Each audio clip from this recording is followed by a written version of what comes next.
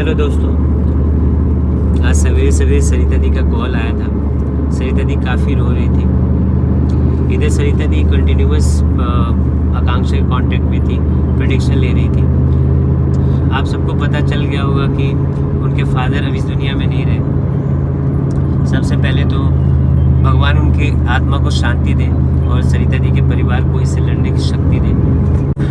आकांक्षा ने सरिता दी को ये प्रेडिक्ट किया था कि 9-10 दिन काफ़ी डेंजरस रहने वाले हैं और जिसका डर था वही हुआ।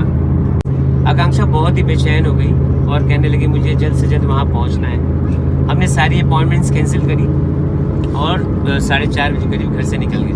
पहली बार हम बाई रोड नोखा जा रहे थे, इसलिए हमने लोकेशन डायरेक्ट मैप पे डाल दिया और मैप हमें किसी गाँव के रास्ते से नोखा लेके जाने लगा। जैसे जैसे हम आगे बढ़ने लगे अंधेरा होने लगा। वो रास्ता हमें सुनसान, अंधेरा, अनसेफ सा फील होने लगा और हम थोड़ा डर से गए। हमारे साथ पूरा परिवार ही था, दोनों बेटियां हमारे साथ ही थी। रोक के कुछ लोगों से बात करी, गांव वाले थे वहाँ पे कुछ, तो उनसे पता चला कि रास्ता आगे और भी ख़राब हो सकता है। बेटर यही होगा कि आप वापस से जाके एक्सप्रेस वे पकड़ लें। इस बीच में हमारे 4-5 घंटे ख़राब हो गए। हम लोग निकले तो 4:30 बजे थे, लेकिन 9 बजे के आसपास फिर हम दिल्ली के अराउंड ही थे। मुझे लगता है पहुँचते पहुँचते काफ़ी रात हो जाएगी और फैमिली साथ में है, बच्चे भी साथ में हैं, तो कहीं हॉल्ट लेना ज़्यादा अच्छा रहेगा। तो हम सोच रहे हैं कि जयपुर के आसपास हम कहीं हॉल्ट ले लें और सुबह सुबह जल्द से जल्द वहाँ पे निकल लेंगे। दोस्तों, होम टूर वाली वीडियो के लिए माफ़ी मांगता हूँ मैं। आज ही हमने बोला था होम टूर के लिए, किंतु आपको पता ही है क्या अभी परिस्थिति है, अभी हम लोग कहाँ पे हैं और इस मुश्किल घड़ी में हमें वहाँ होना बहुत ज़रूरी है। इसीलिए होम टूर तो कभी भी आ जाएगा और जब भी मौका मिलेगा हम आपके लिए लेके आएंगे। फ़िलहाल तो सरिता दी के पास जाना और हाँ बेटा, क्या हुआ? जो भी सरिता दी ने खोया है, उनके परिवार ने खोया है, उसकी भरपाई तो कभी नहीं की जा सकती, कोई नहीं कर सकता। वॉशरूम पलक, तुम्हें जाना है? इसका दूध गरम कहीं से। अरे हाँ,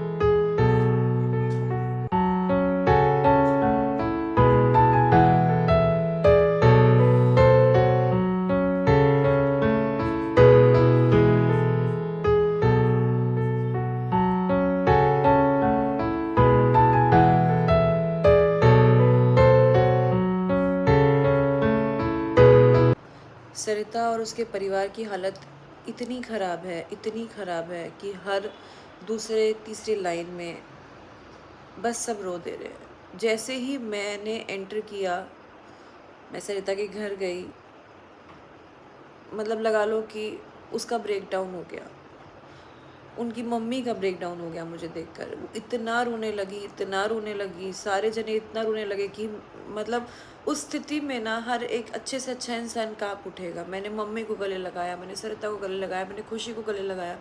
मुझे नहीं समझ में आ रहा था कि मैं किसका दर्द देखूं, किसको सुनूं, लेकिन सबसे ज़्यादा अगर मुझे दुख हो रहा था तो मुझे मम्मी के लिए हो रहा था।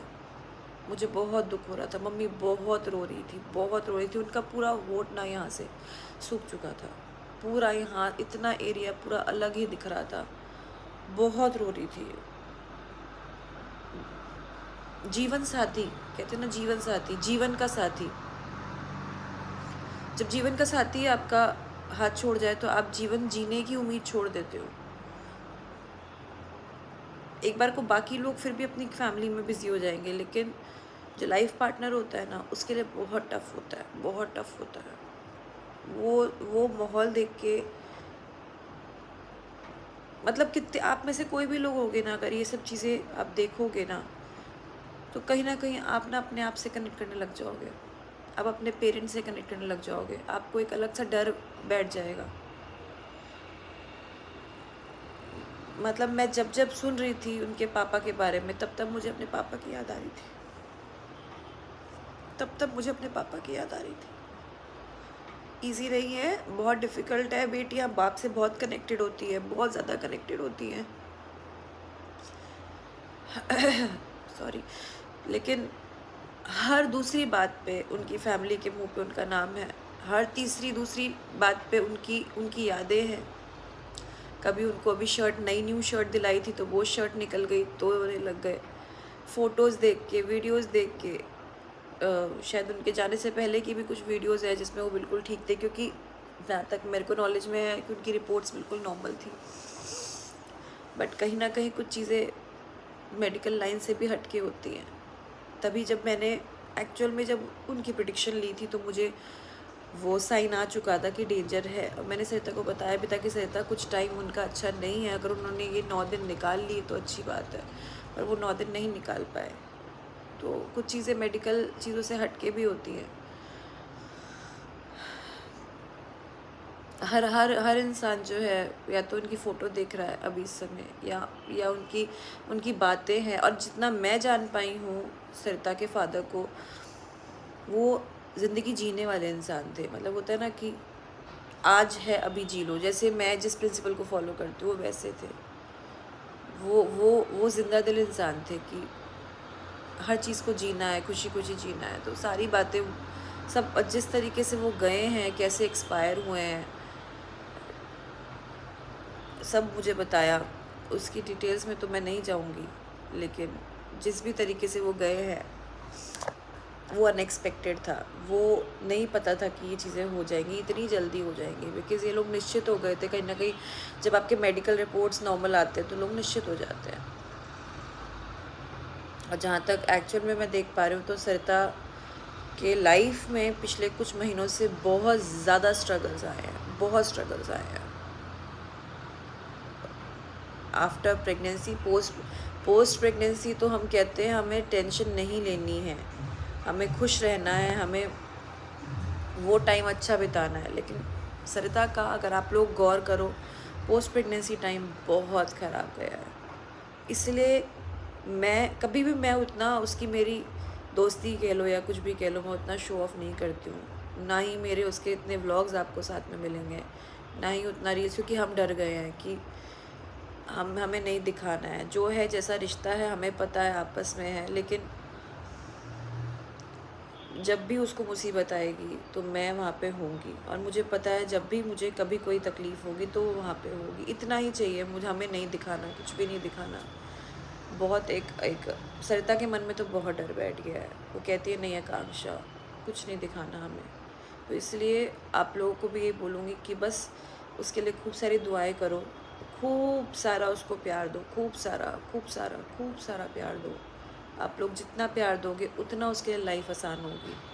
उसको ही नहीं, उनकी मम्मी को भी खूब सारा प्यार दो। और अगर आप लोग बोलोगे कि हाँ हम आपके साथ हैं, तो कहीं ना कहीं उसकी मम्मी को भी वो चीज़ महसूस होगी, क्योंकि सोशल मीडिया के कमेंट से बहुत फ़र्क पड़ता है। हर कोई इंसान उतना स्ट्रांग नहीं होता है। आप लोगों के कमेंट से बहुत फ़र्क पड़ता है। आप लोग ऑडियंस हो, आप लोग फैमिली हो, आप लोग यूट्यूब फैमिली हो, इंस्टा फैमिली हो, बहुत फ़र्क पड़ता है।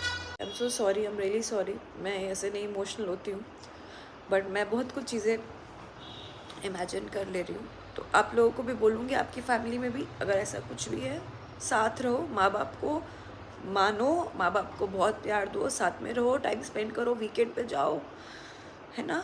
जितना भी टाइम उनके साथ है आपका, साथ बिताओ, ठीक है। अभी हम लोग यहाँ से दिल्ली के लिए निकलेंगे, रास्ता बहुत लंबा है।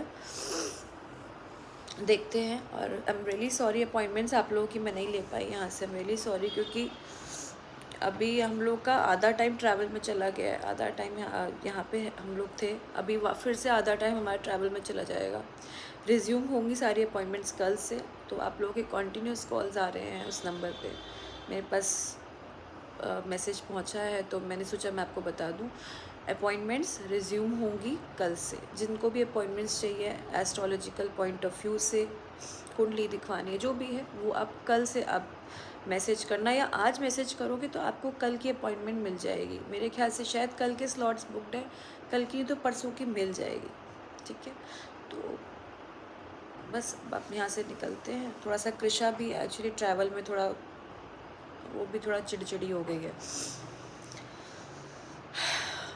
मिलेंगे अब से अगली वीडियो में, टेक केयर, बाय बाय।